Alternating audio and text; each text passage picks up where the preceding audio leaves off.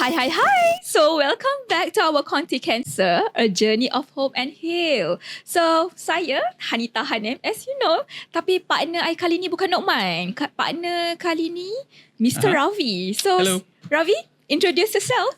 Hello, everyone. I'm sure you guys have seen me in some of other videos, right? Yeah. So not totally new, but my name is Ravi Varman, and I'm representing MAKNA as from the fundraising unit, and also the international division. So here I am today, Thank you. assisting our veteran host here. Yeah. Janganlah veteran. Welcome. I masih amatur dalam podcast kita kali ni. So, Alright. our title today, Ravi. Yeah. So, kita, as you know, kita selain our first case kat Malaysia, breast cancer, kita nak cover the second top juga. Antara top cancer case kat Malaysia.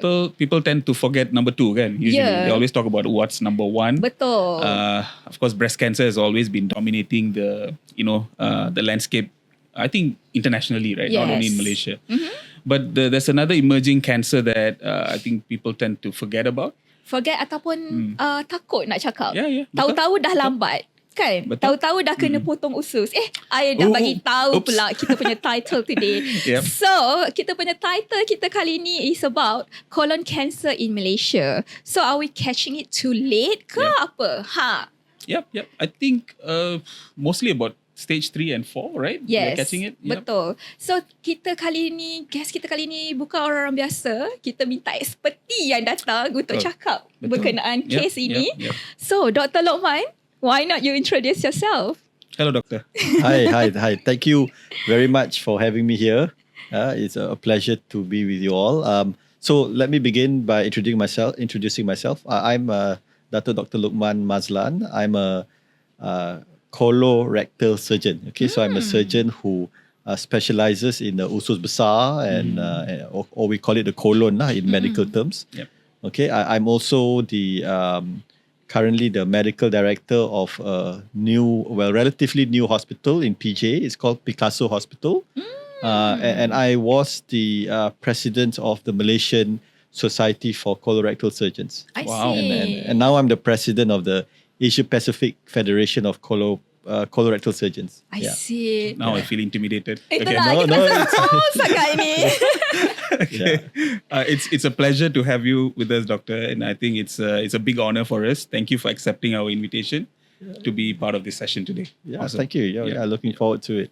Yeah. Okay, so macam yang I dah kata awal-awal tadi lah kan, like colon cancer now is like macam common cancer dah dekat Malaysia. Tapi why kita masih patient-patient kat sana diagnose dah lambat, dah stage 3, stage 4. So that's what we cover today. Okay, doktor? Yeah. Okay, so macam sebelum kita start dari treatment atau teknologi for this colon cancer, why not kita start dari signs atau symptoms yang mungkin orang tak perasan. Like macam bagi dia mungkin diarrhea biasa atau kembung perut Yeah. normal kan. So It's our daily thing that happens to us, right? Yeah. So before that, I just like to emphasize what you mentioned, and you're very right. Colorectal cancer is the number 2 cancer in Malaysia. Second to breast cancer overall, but in men it's number 1. Okay, because yes, women is breast. Yeah, so it is a number 1 cancer in men in Malaysia now, and you're right. About 2/3 atau lebih kurang about 70% lah patient kita yang come to the doctors in Malaysia are stage 3, stage 4, and that's not good. So stage 3, stage 4 macam dah lambat lah. Yeah. Now, so why does that happen? Well, I think we'll be talking a little bit more about it. It's because we don't check or we don't screen early enough, right? So now going to your question on why or what are the symptoms, kan? Actually, with colorectal cancer, the symptoms can either be something very obvious, katakan. Like for example, kalau you pergi toilet and there is bleeding, that's obvious, betul tak? Yeah. Or if you wait long enough, the tumor can grow big and cause usus tu tersumbat. So if kalau usus sumbat, then you will have macam bloatedness, muntah, pain, kan? But that is towards the later stage, kan? So but some symptoms, or actually a lot of symptoms, kalau kita tanya patient yang datang with all the symptoms I'm saying, they may have the symptoms about 6 months to a year before. And those symptoms are yang tak berapa ketara. It's not so obvious. Yeah. And so what are the symptoms? Well, number one is changes in dia punya bowel habit atau penukaran dalam tabiat pembuangan air besar lah. You see, everybody goes to toilet differently, you know, and we don't like to talk about it. We are very shy. So some people go once a day, some people go twice a day, kan? Some people go once a month, once a week, once every 2 or 3 days, kan? So once a month, kan? no. Once a month is very rare. It must be. Yeah, but I think what's important is we need to know what is normal for us. Yeah. Okay, and we cannot compare to kawan-kawan kita or our family members because everybody is different. Yeah. So now, if if it changes maknanya less frequent ke more frequent ke sembelit ke or diarrhea ke anything more than 2 weeks kan, that is when you should go get it checked. Because a lot of times now why I say 2 weeks is because kadang-kadang kalau kita diet, kita makan salah, food poisoning, kita pergi travelling holiday, makanan lain, of course that pun akan tukar kita punya kan our bowel habits. But kita orang Malaysia dah lah suka JJCM kan, jalan-jalan cari makan. Betul. So so anything more than 2 weeks, kalau it's not normal, then you should see your doctor. Yes. Tapi macam mana yang skeptical? I mean, being skeptical, ni tak ada apa dia, 2 minggu, I think 2 minggu ni nanti dia jadi normal. Kadang-kadang mungkin bagi dia macam perut kempung tu normal je ke? Ya, betul. Jadi kalau 2 minggu, dalam 2 minggu tu kita boleh observe dululah. Tetapi if it's more than 2 weeks and something is not right and is disturbing you, then don't take it lightly, because sometimes you say, oh, there could be nothing. And actually, if you see a lot of patients yang come with cancer, and when we ask them, kan, they kata, I have been having symptoms actually dah lama dah. So how long? About 6 months. So what are you? So long, and it's because they take it lightly, or they're unaware, or number 2 is they don't like to talk about it lah. Even to their family, kan. Do you feel still there is an underlying stigma for going and checking for the patients that comes to you? I don't think it's so much of a stigma. I think it is being shy. Yes. You know, nak cakap pasal case business nombor 2. Because we Asians kan generally don't like to talk about anything that's very personal, especially personal hygiene and bowel habits lah. Especially guys. Do you have this problem among guys? I mean, I have to talk about my own gender a bit, Yelah, macam doktor tadi, the first one for men. I know, right? It's first one for men. So well, you were saying very interestingly that breast cancer is very out there.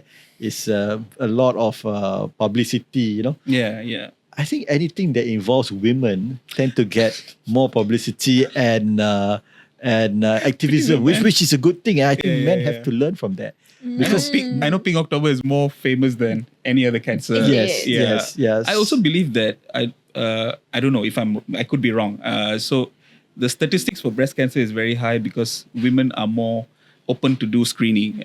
Is that why, doctor? Well, I think in the statistic, breast cancer generally is more, screening is probably easier to detect. They just do mammogram or an ultrasound, something external, whereas for colorectal cancer, you screen through bowel stool test or IOFBT, which is a stool test they can do at home or they send to the labs. And colonoscopy. Now, colonoscopy is quite invasive, and it takes time and it costs money. So some people are not happy to do it or reluctant. And IOFBT can be a bit messy. You're taking a bit of your stool, and it's.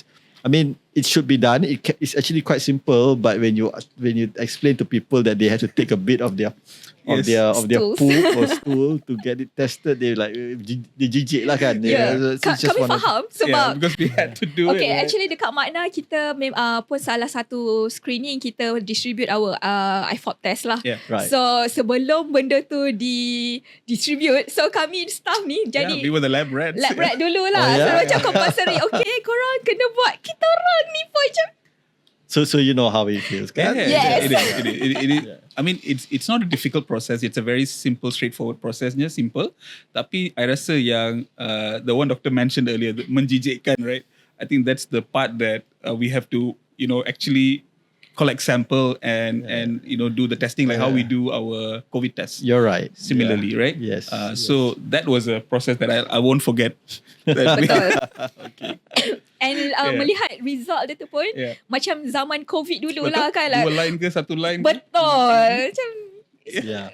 So if you have 2 lines, what it means is that the test just shows that you have some blood in your stool. Yeah. Ada darah dalam najis. Okay. Now, but that doesn't necessarily mean you have cancer. It Betul. can be other Perfect, things. Kadang-kadang kalau ada buasir, kadang-kadang ada some infection kan. But the important thing is that it tells us that you should get it checked. And how do we get it checked? That's where you need to do a colonoscopy. Maknanya ujian scope lah, di mana kita akan letak like a camera ke dalam usus lah. Melalui lubang dubur lah sebenarnya. So is it painful? Okay, so it should not be painful. Okay. Biasanya this test is done under sedation. Oh, okay. Full sedation. Yes. Oh, Well, okay. full sedation maknanya dia tidak sedar. Dia bukan macam bius nak buat operation, tak lah. Maknanya kita boleh nafas. Tapi kita tak sedar lah. Maknanya saya sendiri pernah buat. Macam kita macam seolah-olah macam tak ingat. Oh, okay. Tahu-tahu settle. Betul-betul.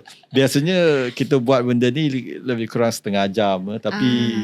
Tapi dengan ubat ni kita macam macam 10 saat aja. Betul ke you buat ni kan? So that's the Just process wake lah up kan. from sleep lah, macam tu lah, doctor. Betul. But doctor, is it recommended for everyone to do it, or do you only recommend for people who have symptoms? Okay, that's very true.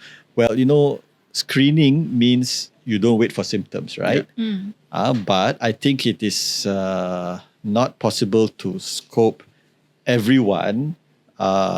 So when you do a screening program, you have to think about what is the risk population lah, maknanya the population is at risk. And our current Malaysian guidelines is that once you reach the age of 50 years old, umur 50, whether you're a man or woman, that's when you should get it checked. Yep. Okay, whether you want to do a colonoscopy ke, you nak buat ujian IFOBT, then you should do it. Okay? So the answer is 50 years old, because colorectal cancer is still majority disease of the elderly lah, atau 50, 60 above. Yes, we are seeing younger and younger people getting it. Betul? But it's still majority It's elderly. elderly. So we still advise at 50. Yes, in some countries macam dekat UK, dekat America, they are going to they made it lower. Umur 45 dah buat dah. Oh, okay. Yeah. So for the audience, please jangan takut. So kalau takut lagi nak buat apa ni doktor? Cubit. Kita perlu itulah tanggungjawab MAKNA dengan our society betul. to educate kan. Betul. That's why one of our service is as we mentioned lah, kita distribute OBT test tu untuk, memang kita pun cover juga macam doktor kata, tak kira lelaki ke wanita ke, memang 50 tahun ke atas kita distribute. And even kita do follow ups dengan diorang. They need to do the test by themselves. Yep. So dalam masa 3 hari they need to get back to us. So kalau tak kita call, okay, pakcik dah buat ke belum? I think that's very important. But I think in all those campaigns yang IFOBT kan, what we realize is less than 10% of people Maknanya you bagi 100 orang, kurang daripada 10 orang akan jawab balik. Betul. Either dia tak nak buat atau dia malu ke dia apa kan. So I think that follow up is very important. Awesome. Thank you. How efficient do you feel, doctor, the screening of IFOP tests in your perspective? Well, I think it's very okay. So it's sensitive. Okay. It's very sensitive to pick up bleeding. Sebab now I'm not talking about bleeding yang you pergi toilet you nampak darah, that one show positive. Too obvious kan. The whole reason is kita panggil, it's called a fecal occult blood. Occult maknanya tak boleh nampak dengan mata kasar. Okay. So kalau dia kecil saja it's positive. So it's sensitive for that. Tapi it's not specific for cancer. Okay, so that is why kalau positive, then you need to do a scope. Because the theory is this. Cancer dia tidak berlaku dalam secara tiba-tiba. It doesn't happen suddenly tau. It doesn't happen over 2 or 3 days. Yeah. It starts with a small growth. Nama dia polyp lah. Okay, so polyp ni semakin lama dia akan semakin membesar. Jadi teori dia lebih kurang 5 tahun lah katakan. Jadi kalau orang tu dah ada cancer, maknanya benda tu dah lama sebenarnya. Dah lama, betul. Jadi Sitting and waiting. Betul. Jadi kalau ketubuhan tu kecil atau polip tu ada, kalau najis atau stool kita tergeser atau rubs on it, then you have a bit of bleeding, and that's where it is detected. So the whole reason is to catch it early. Perfect.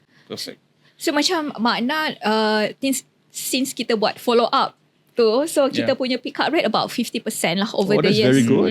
That's very good. So from the result, kita kalau dia positif, kita akan bagi dia referral letter untuk dia terus pergi for further check-ups. Betul. That's very good. Tapi doktor, okay, apart of that individu yang kena kan, do you think genetik juga memberi peranan? Yes. Okay, so sebenarnya kalau kita tengok hanya 10% daripada kes colon cancer ada family history. Okay? So it's not that many. In fact, 90% kita panggil sporadic. Sporadic means there's no reason. We don't know why. But we roughly know that other risk factors that can cause people to have an increased risk of getting colorectal cancer lah. Okay, so one is obviously age. Age as we go older. Male, female, male a bit more. Okay, that one's unavoidable lah. Tapi lifestyle changes is very important. So obesity, as kalau kita tak cukup exercise, makan banyak benda yang berlemak, kurang fiber kurang fiber, betul. Maknanya tak cukup sayur, buah-buahan, bijiran. Yes, of course. And then what else? Lot processed food. So you see, we don't eat like how our grandparents eat. Kan? Dia orang masa tu tak adalah McDonald's. I mean, I tak nak kata brand, tapi tak adalah kena burger fast food ke apa kan. Fast food chain ni. Jadi our diet has changed. And what we find is that the development of cancer is more. In fact, what's very interesting is kalau kita tengok semakin maju satu negara tu, semakin tinggi insiden colorectal cancer. So kalau you pergi negara-negara yang maju, dia very tinggi. Kalau you pergi negara yang a bit poorer countries, they're not that many. So Malaysia, we are right in the middle. We are a country that is developing very quickly. But at the same time, we find that the rate of colorectal cancer is also increasing, matching our Western counterparts. So it's something very interesting, and it's something that we should be aware of lah. So it is. I'm sure it is due to food, right? Definitely majority of food, the lifestyle, stress. Inactive kan. Duduk baring, lepas makan duduk baring tengok Netflix. Definitely need a change of lifestyle here, right? I know. But how about cancer markers, doctor? Is it something that done for colon cancer as well? Okay, so colon cancers are basically blood tests that you do to check whether you have a specific kind of cancer, right? And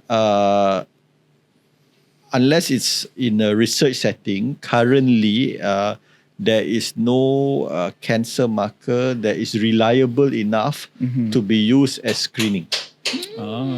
Okay. Perfect. Sometimes when we go for a check-up, kita pergi hospital ke klinik ke apa, the doctors will ask to take some blood test, betul tak?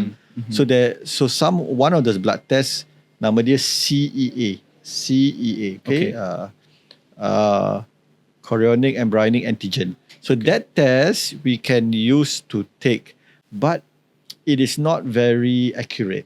Because there is still about 30-40% of people yang ada cancer tapi ujian ni dia tak tinggi. So if that is the case, kita tak boleh guna lah. I see. But if you're taking blood sebab nak check for cholesterol ke apa, boleh lah ambil just to check. But we cannot guarantee, we cannot make it macam a policy yang semua orang buat ujian test ni sebab memang dia tak berapa accurate. I see. Okay. I mean, let's talk about food a bit lah. Okay, since we touched about diet, food, right? I know I shouldn't be talking about diet, but anyway, is there something that, I mean, Malaysians, we love food, we love to eat, we love different type of, we go for food hunting, especially this person beside me. Yeah. Right? But, We remember that place by food, Exactly, right? So, what would be your advice? I mean, like, to public, right? Doctor, in a way that what is a healthy balance? Food or, the right way of eating. Is there a right way? So I would probably say you gotta eat less meat, less red meat, okay? Less processed meat, okay? Burgers, sausages, fish cakes, all that sort of things. Eat more natural foods, less fatty food. So if you're gonna take a lamb, kambing, lamb or steak or whatever, cut down on the fat. And it's very difficult because Malaysian food banyak oil, banyak Itu yang digoreng. sedap tu. Yeah. So but I think you have to keep it balanced between carbohydrate, fat, and protein. Okay. And you have to take a lot of vegetables, fiber. I know people pergi mama order nasi goreng tapi kata tak nak sayur. Sayur, betul. I mean, that's not a good thing. Okay. I still do hear that. Yeah. Not even nasi True. goreng, even macam char kway teow ke tak nak tauge. Yeah. So that's the advice. Probably. So, and of course you got to try to keep a healthy weight lah. Because there is scientific evidence yang cakap that obesity and the rise of colorectal cancer is associated. Kan? So the big, and Malaysia is the most obese group of people in Southeast Asia kan? Yeah. Betul. Yeah. Itulah masalahnya diabetik ni, dia membawa terlalu banyak cabang penyakit. Not only cancer, but etc. Semua dia. I'm part of the statistics. All right, cool. Have time. You still can keep control. I've started. Okay, cool. Yeah, I've started, yeah. Cool. But talking about red meat and whatever, macam protein kan. So macam mana sekarang lifestyle, kalau Dr. perasan gym now is a very lifestyle. Macam orang pergi high rocks ke kan, pergi marathon, pergi gym is like normal kan sekarang ni. So selalunya one of the dorang punya diet is go for that kind of diets, like pergi proteins ataupun pergi makan banyak daging and etc. to build the muscle kan. So I mean, it's good to exercise, but I think we have to do it in moderation. If you have to have a balanced diet because too much protein, it does affect your kidney. It stresses your kidney. I think you get kidney problems. Understood. So it's everything. I believe. I think the message here is in moderation. Balance. Balanced food, right? Yeah. I think for a lot of people, if you're not sure, you can either Google it or actually the best is to see a dietitian, because they will go through with you with regards to what is a balanced food, especially Malaysian food. Kalau you tengok dekat internet ni banyak Western lah associated kan. So kita tak they're not suited for our diet lah. Tapi macam doktor kata macam our Malaysian food lah, go back to Malaysian food, contoh macam how about yang carcinogenic sikit kan, yang ada bakar-bakar ni yang macam sate. Barbecue. Barbecue. Yeah. So secara long termnya, I know actually makanan ni sebenarnya, okay sorry lah sebab saya ada background in food juga sebenarnya. Sikit je. Macam sebenarnya in a meal tu, sebenarnya dah complete tau. Macam contoh nasi lemak, kita ada sayur, kita ada protein kita. Even the satay, kita ada timun, ada bawang nak lawan. Tapi certain people, dia tak makan as a set kan. Makan satay, lagi hangus, lagi sedap. So, this secara tak langsung. And it's also the fatty part of the satay lah kan. Kebanyakan they put milk of course in for your mouth. profit making lah, right? They put more fat in it, right? It's I think it's all about balance lah. Yeah. I mean, you there is evidence that if you're taking what do you call that, food that is has too much charred meat or smoked meat, it's associated with certain form of cancers. But I think if you're taking it once in a while, and it's okay. Yeah, it should be all right. Okay. I mean, eating habit is one. How about the additional habit that the teenagers start early, which is smoking, consumption, lifestyle. Of course. So smoking and alcohol, there is a strong association with colon cancer, but if for that matter, any cancers lah kan. Right. So you've got to moderate that. I think that's an ongoing problem anyway. But it is proven that smoking is a association with colon cancer. Yes. So how about supplements? Supplements pun, I mean, certain age, contoh yang 30 tahun ke atas ni, they already start consuming supplement kan. Sebab they believe that makanan harian tu tak cukup. True. I think it is also has become a lifestyle as well. Due to a lot of people are promoting it as a natural supplement, and it is diverting the mindset of people, like, okay, we should have it on top of our normal food that we consume. Also, it is very common among the elderly as well.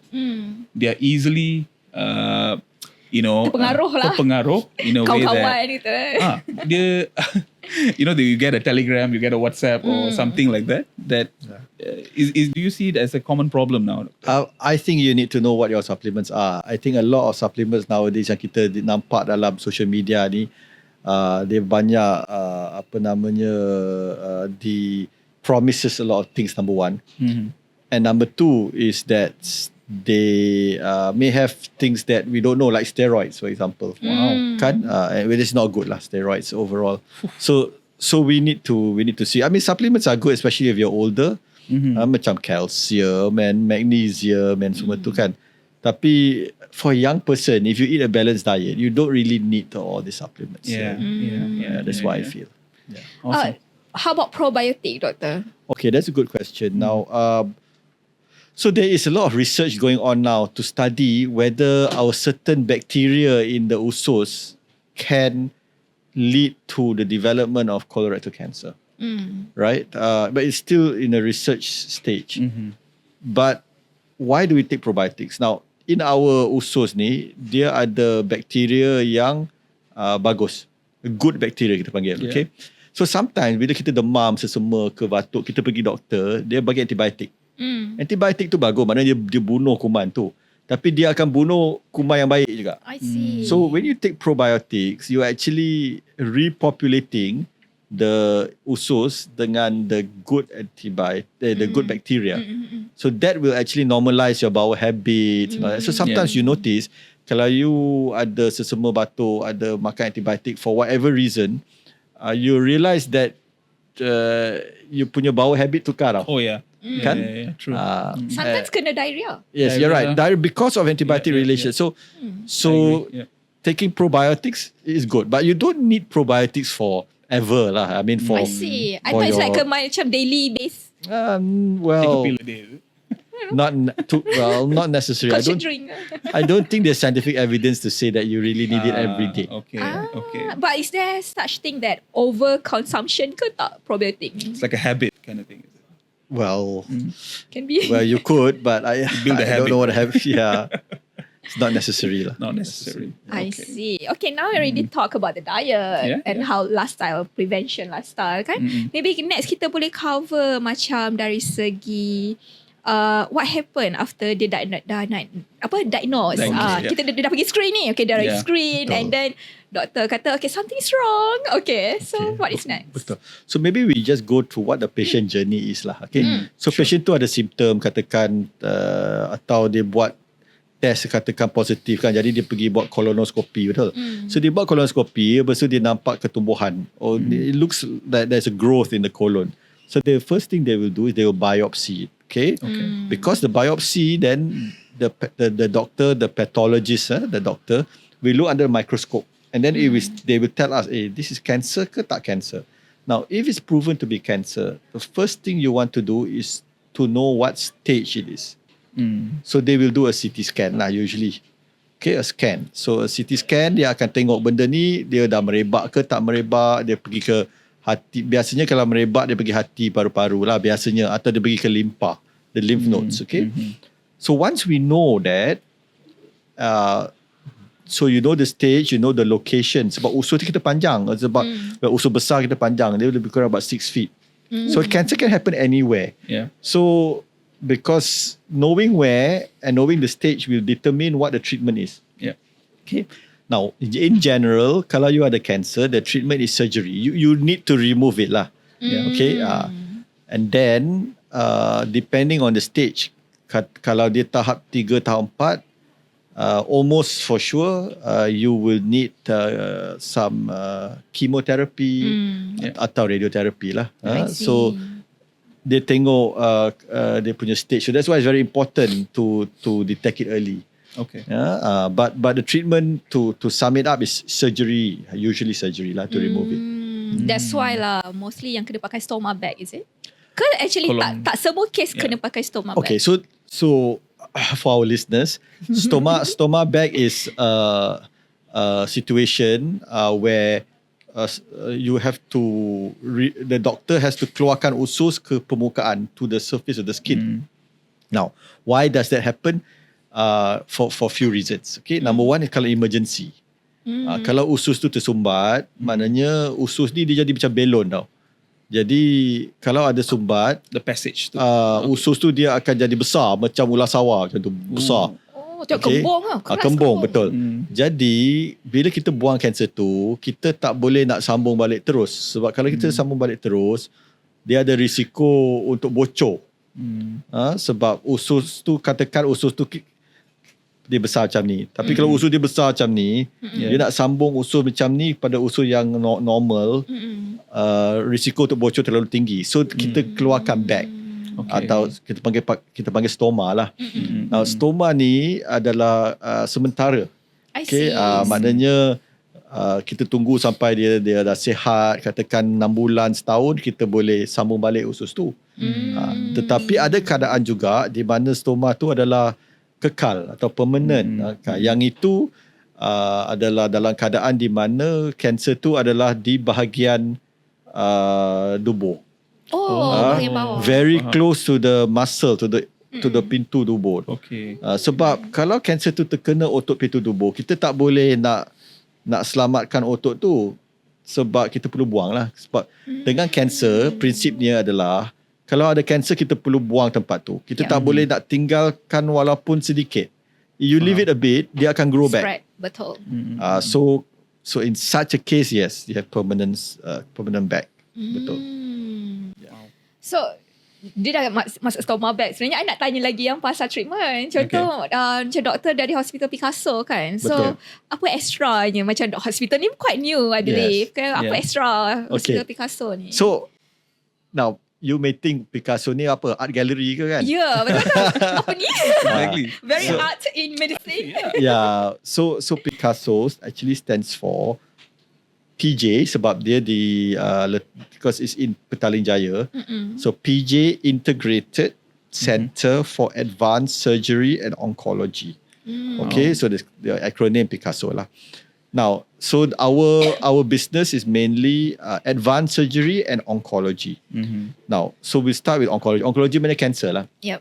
So kita ada kita ada pakar onkologi, pakar kanser, kita ada semualah MRI, PET scan, CT scan, semua alat-alat yang diperlukan untuk mengesan kanser, untuk merawat kanser, ya. So yang itu kita ada. Dan the other thing we have is something called the other main business that we do is advanced surgery. So advanced surgery maknanya kita buat operation yang agak kompleks, nombor satu.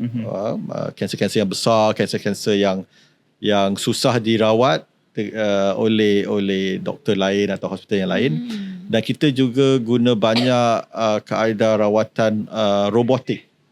Maknanya kita guna teknologi, we use technology, robotic surgeries to perform these operations safely and with less smaller scars, less invasive. So hoping patient recover faster and all that. So that's what we do. So we are actually one of the few hospitals, or probably the only hospital in Malaysia with two robotic systems. Wow. So when you talk about robot, it's not that the robot is doing it. Yeah. Okay, we haven't reached that level I'm of. just about to ask that. Yeah. How does this? Yeah. How does this work? We don't have a Humanoid. we don't have a 3CPO Star Wars yet. Okay. Our imagination dah sampai situ. Yeah, not I yet. thought but that's a machine like cyberknife or something. Is it?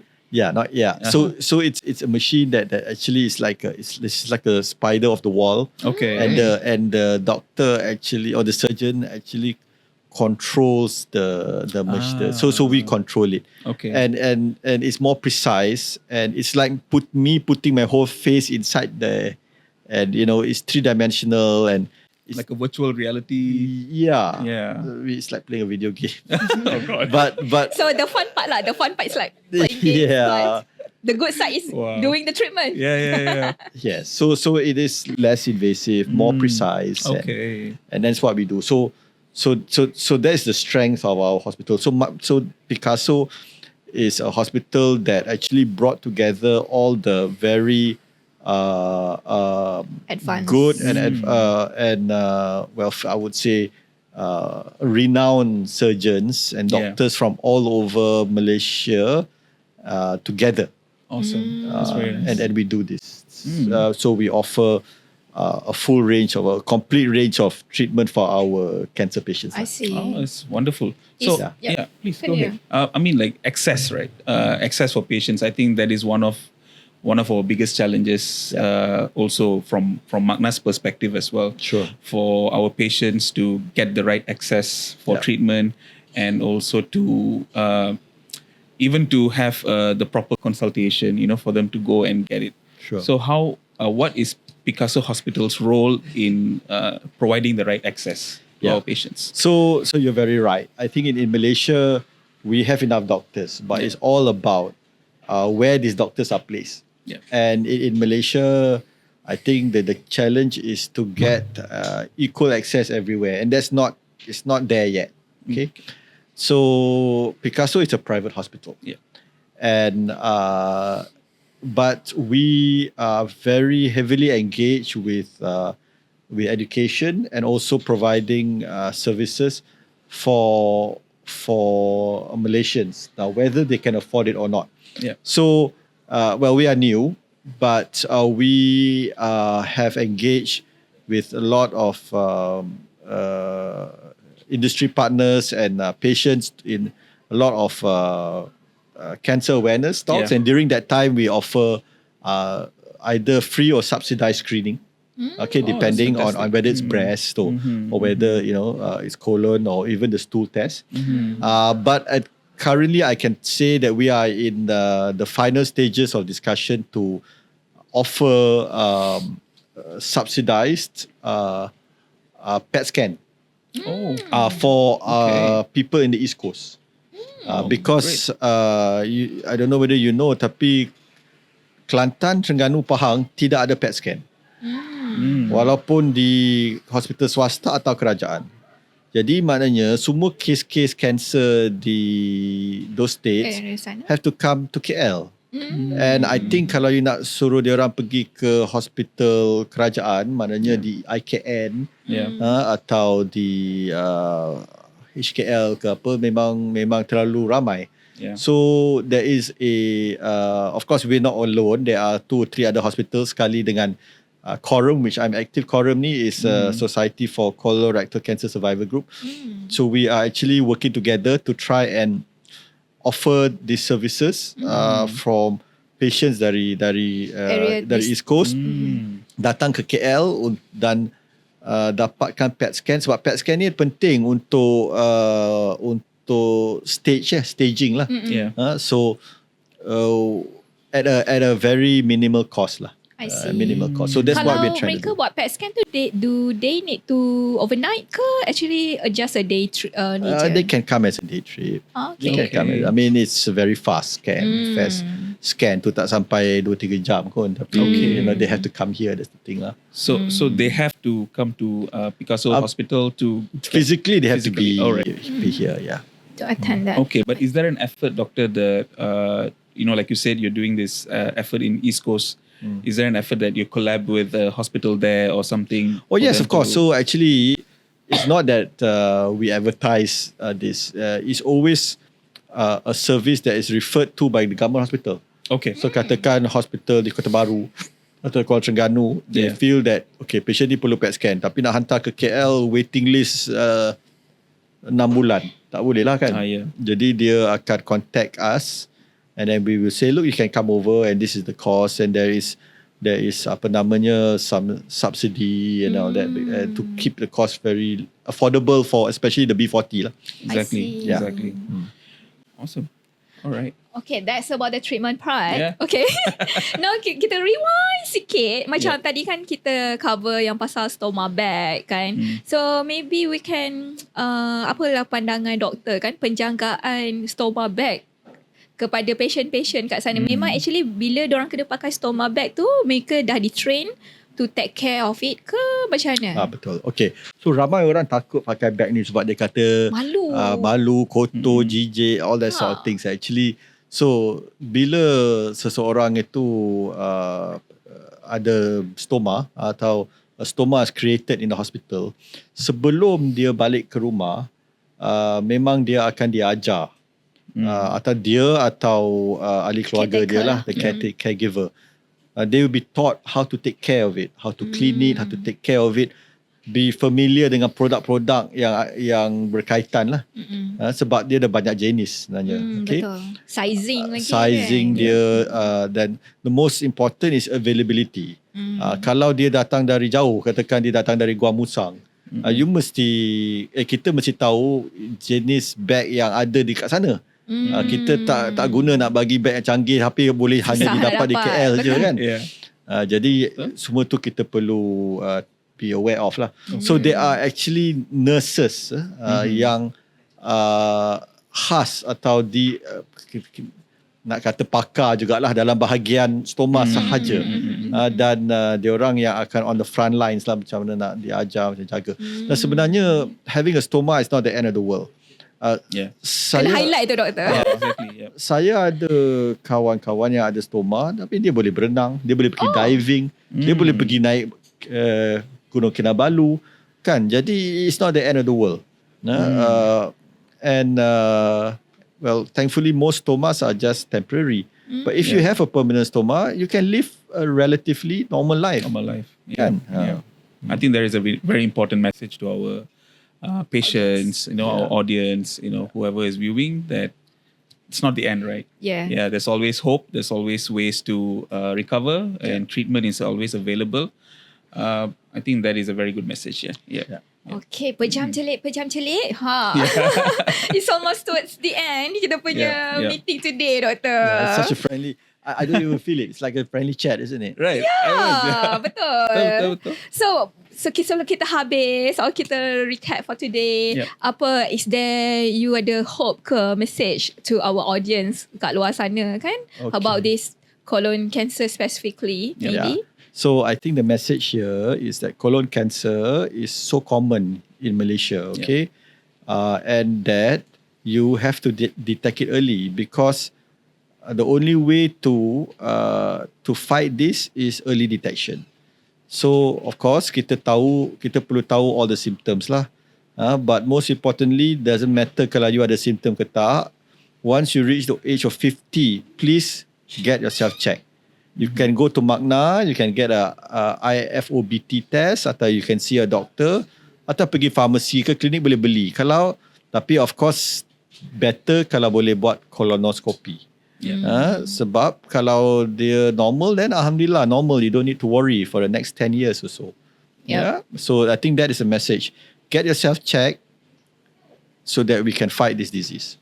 Betul. Awesome. So sambungan macam kita MAKNA sangatlah meng-highlightkan early detection save life. So tak kira lah any cancer pun, kalau you dah ada any symptom ke apa ke, get yourself check ataupun go for your annual screening, health checkup, screening and all. I think Ravi, any from you? I think the message is pretty clear today that I have to start exercising very often, and we have to take care of ourselves. I think the audience around me also, guys, everybody here in the studio, okay. I think we appreciate a lot, Doctor, for your presence here today. It's my pleasure to be here. And I think it's a very important podcast that needs to be discussed.